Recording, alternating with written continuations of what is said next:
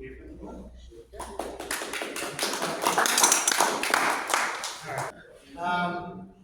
right, so I'm going to talk about, what this car is about and the early part of the Reo Car Company. But first, I think it's helpful to kind of set the stage for what was going on at the time. Right? We're talking the early, 1900 basically. Right?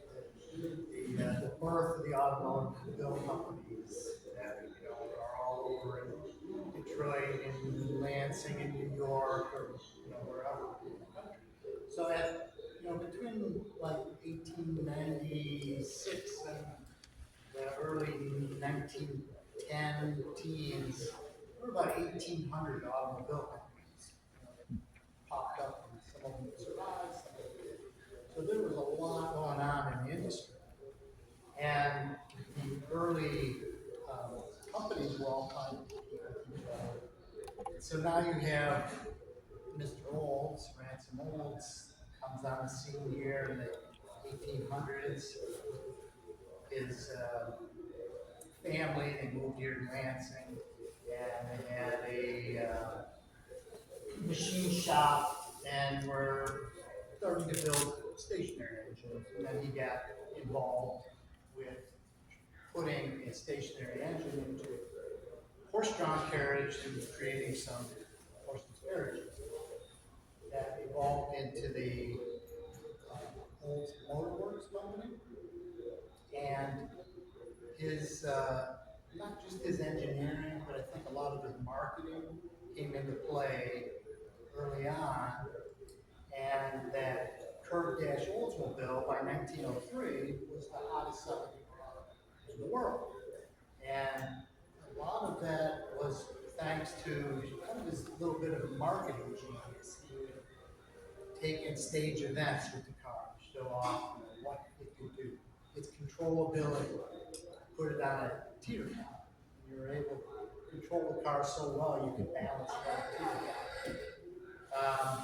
He drove up the steps of the Lansing Capitol here just to show things off. He found somebody to go drive one, here out to New York. It's kind of unheard of feat at the time. So different things to market the car.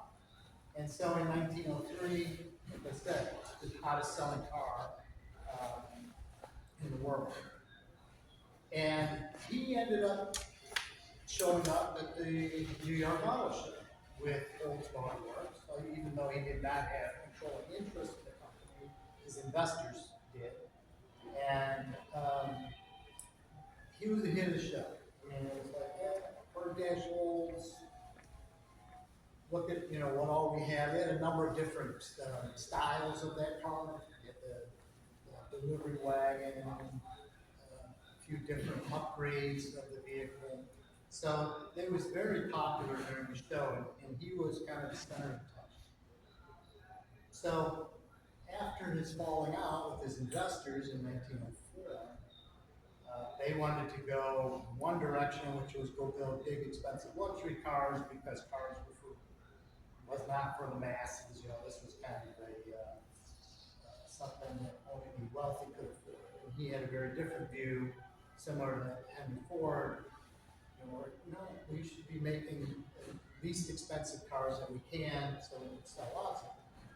And they went their separate way and actually quit the company and decided, hey, I'm just going to get out of this. I kind of proved my point that automobiles are the future. But the folks here in Lansing, say, you're 40 years old. I think you got a lot more to give yet. So they convinced him to start another car company.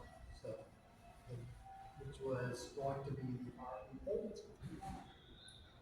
But the Old Motor Works group, they said, no, we own the Olds name. Sorry, we're going to take it to court if you try to use Olds in your new name. So he abandoned that and just went with his initials of REO, although the company was named Reo and not REO. So that's the way it was officially pronounced at the time.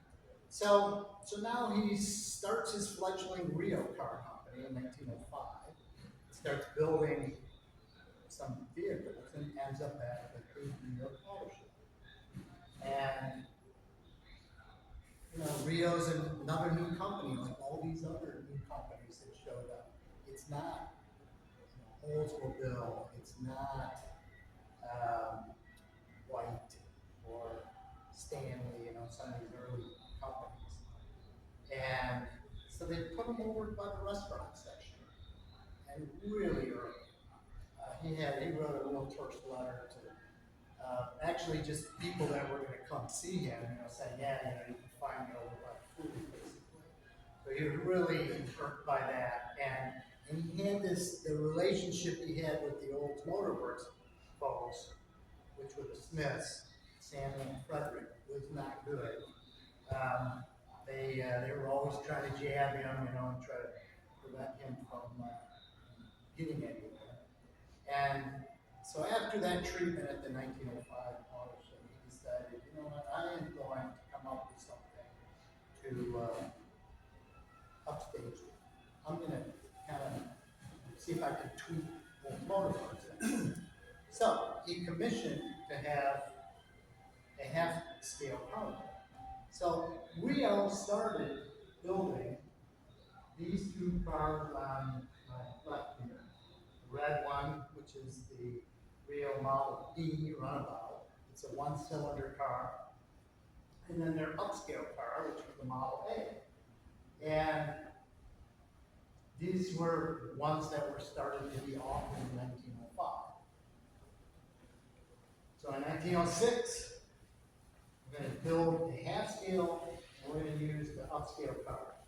And so this, which is dubbed the Baby Reo, is an exact half-scale car of the full-scale Model A in every detail. You can see the headlights, the hood, the wheels, the seating, all the controls, the steering wheel, the engine, the transmission, all of it is a half-scale version of that car.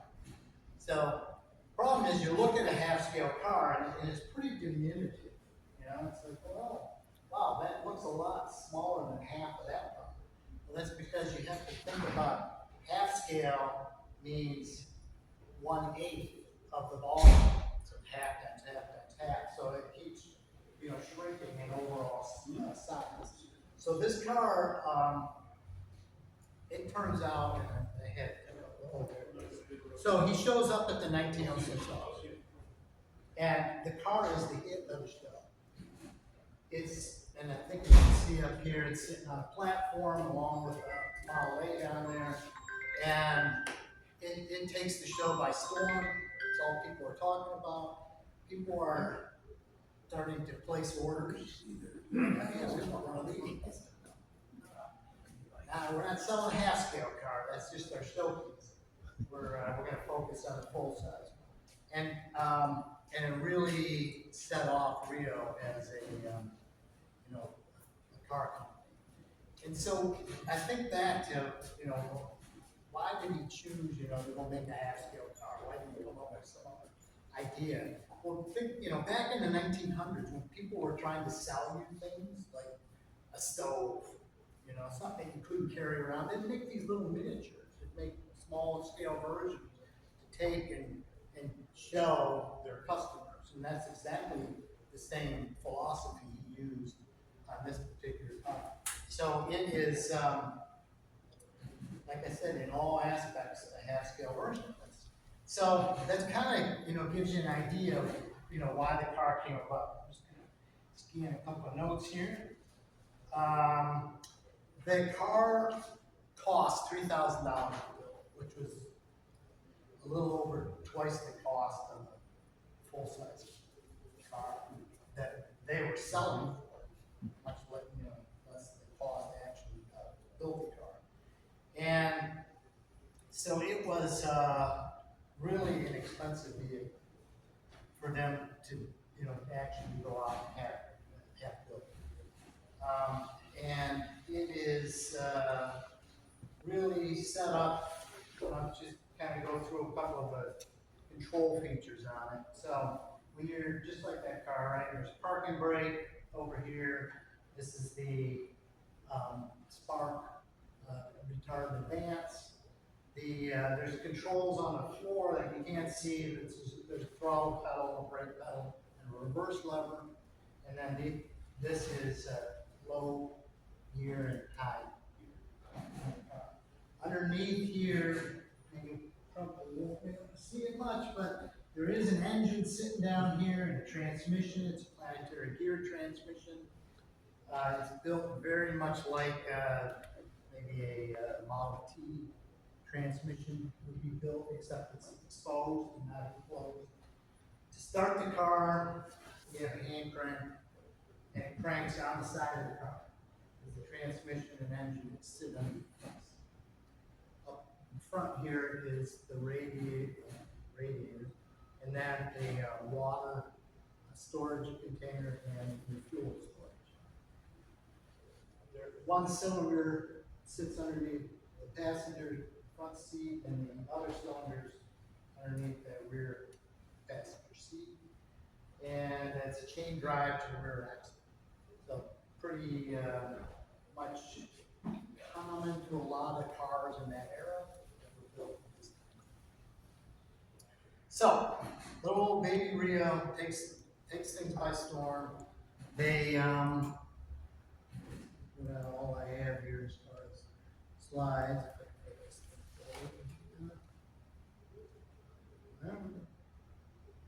There we go. Okay, so as part of the overall advertising, and I think probably that's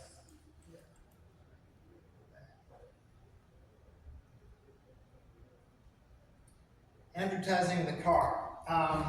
So now you have the baby Reo is now, the show is over, the New York Auto Show, and now they're taking it to the different dealerships throughout the United States.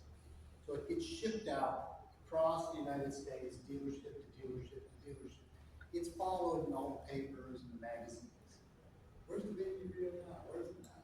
So there was a whole following of where the car went during its tour of the United States. And over time, over that year, they garnered a lot of sales support for Reo. So Reo went from a full-fledgling company.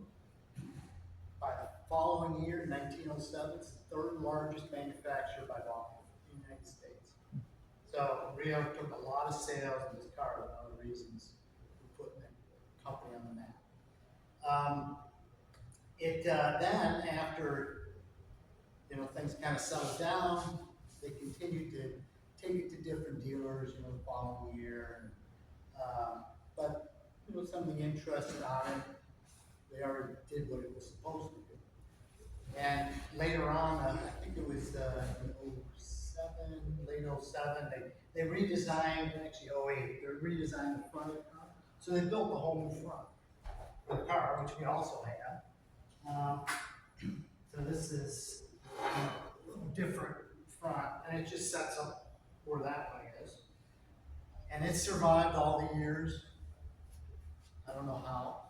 I mean, you think about things after 100 and some years, 120 years, right? Things get lost. And so I don't know how that stayed with the car over all these years, because it has a crazy history. So after the car then gets loaned out to Barnum Bailey, and that's where this next picture is. And so Barnum and Bailey use it to promote their circuits. And this car was not completed for the auto show. It was missing a few components to make it actually drive. And those components were like the coil box. I don't think it had the water system hooked up in it, and the carburation wasn't complete. And so for Barnum and Bailey, they made a new camshaft for it so it could run on compressed air. So they had an air tank under the hood, and they had typically one mounted on one of the running boards here. and they put their, what they call the Lilliputians, and they staged them in the car, and they filled those compressed containers up with air and drove around the big top. And the reason they wanted to do that is, Barnum had a big fire early in his career, and with all the straw and everything that's in the big tops, they didn't want any internal combustion cars driving around, especially being new technology, gasoline, and so like the whole compressed air thing worked out great for them. So they make a couple of loops around the circus ring and show the car off. So we don't know if that car was kind of leased to them or loaned or whatnot. But over time, they stopped using it and it got lost for a little bit. The company found it, and then it took off and it just got loaned out to a dealer somewhere. And so for a number of years, the car was lost. It was forgotten. Nobody knew where it was. And by the time the Reo Car Company, they stopped making cars in 1936. That was their last year. And they focused on trucks. That was their bread and butter, really. And that was what Reo was really known for. So in 1950, it was going 1954, it was Rio's 50th anniversary. They decided, hey, you know what? Let's go get the baby Reo and we'll go, remarket the car and stuff. And so they, this is some of the other pictures. I'll just step back. So Ransom Olds, he loved taking pictures of the kids. Anytime they had new kids in the family, he would put them in the car and take photos of them. That was just one of the things.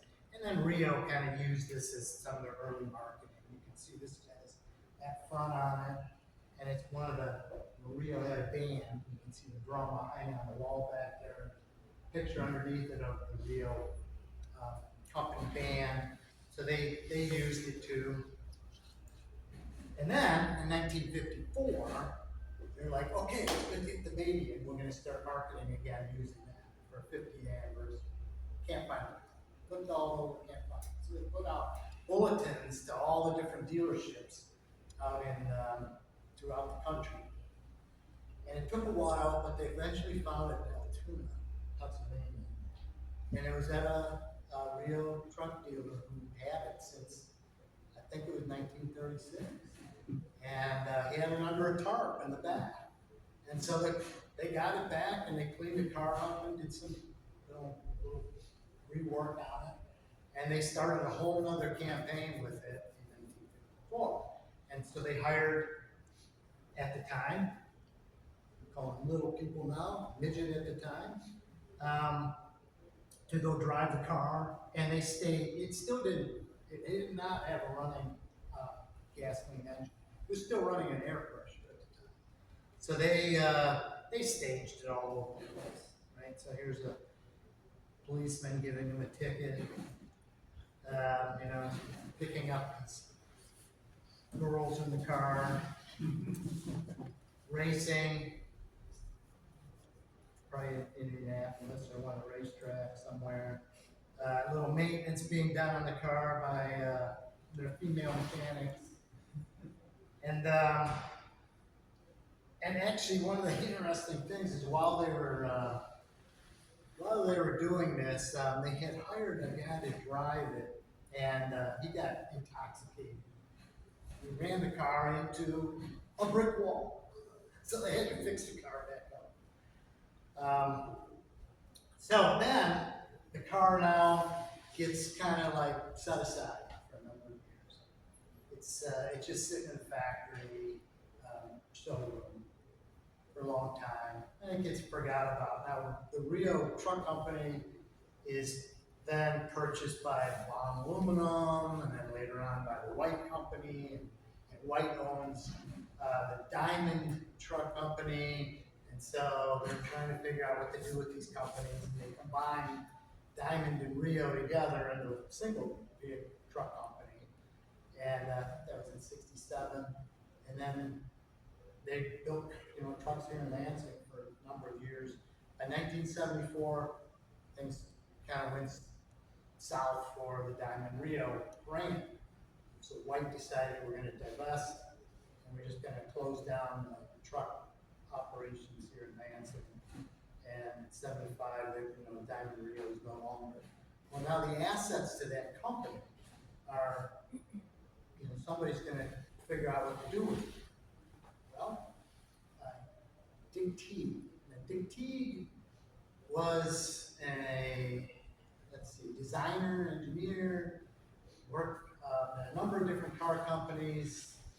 AMC was probably his biggest invention. So, he worked on things like, you could probably name Packard. Yeah, well, he worked on Packard, before AMC, right? And then at AMC, I think he worked on revenue programs and a number of different vehicles. Pacer, Hornet, Yeah, Hornet. Javelin. And so they brought him in to kind of look over the assets at Reo to say, what's valuable. And he knew about this car. Because he was also a car collector. And not only was he a car collector, he had a collection of miniatures. Because there was other car companies, throughout maybe not, this was the first. This was the first miniature ever built. But in the teens, 20s, 30s, other companies, had some marketing schemes with miniature cars. And he had owned a few of these. And so he had his eyes set on this car. He really wanted it. And, but it got moved out to another location. But, it was another person who decided he wanted the car.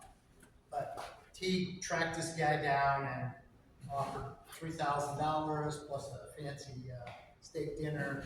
The guy, did sell it to him. So Dick T ended up owning this car.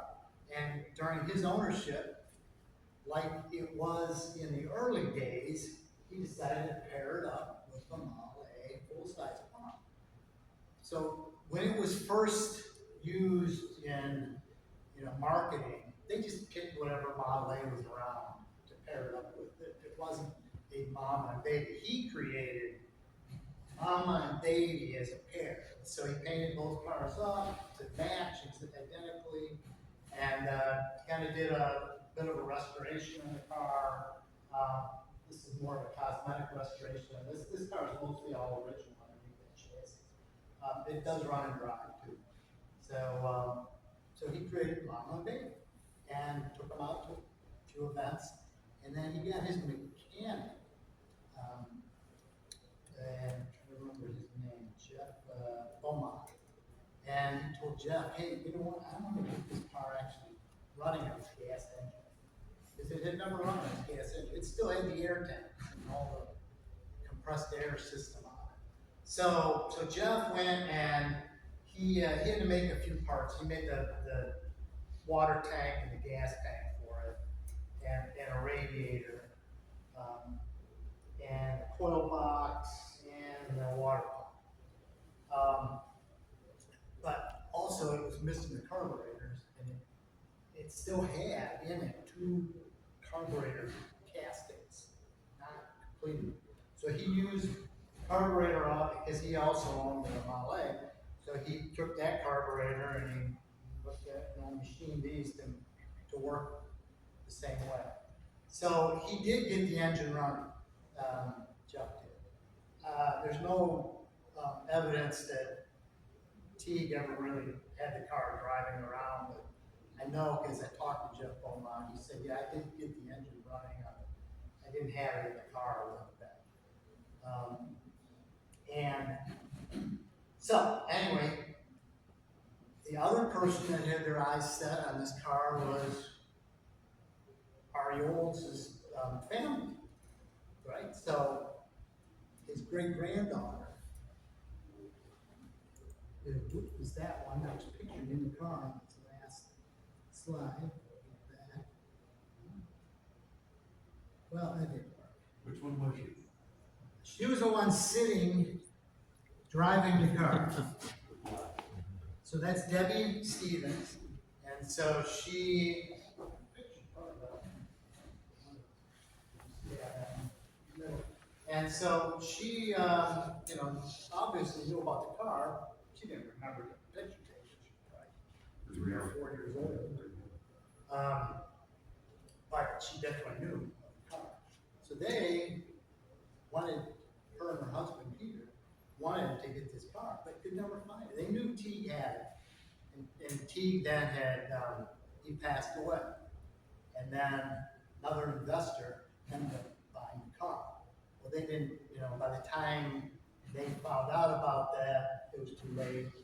They were always behind the 8 ball on where this car went. So it went from that investor to another investor. And again, it was after the sale, and they found out about it. It's like, oh, too late. So finally, Goodings had it in an auction. And one of the people, I think it was one of the people that worked for Goodings, they actually contacted the Stevens and said, hey, the baby Reo's and mom is in an auction that we're having tomorrow. What? No, we didn't know anything about it. So they ended up scrambling, had never did online bidding or anything like that.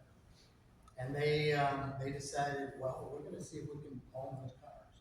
So they got walked through, the bidding process, and turns out, sure enough, they were able to purchase the cars at the auction and won the winning bid. When they did, they needed a place to store them. Not a bad spot. So they brought them to the museum. And when they did come here, they had a party. It was a baby party, like a christening, And so they had all kinds of, baby stuff, paraphernalia, and whatnot when they came. And then they were just kind of displayed, four out here roped off. And this display was built for them a little while after. When I came to the museum in late 2020, the car really intrigued me, and so I spent some time on it and went through it. Yeah. You took it home? I took it home to my shop. I got permission from the Stevens, and they allowed me to go work on their car. And after a bit of machine work and other work on it, I did get it running under its own power. And took it out to a show and had I think he was maybe eight years old at the time. Gentleman, or friend of mine, his son, and they took and drove it around the campus of the Gilmore Car Museum for the first edition of the horseless carriage show out there. So it does run and drive. However, I did try to start it this morning. It was being a little finicky. But it will run and drive around. So we had both these cars out.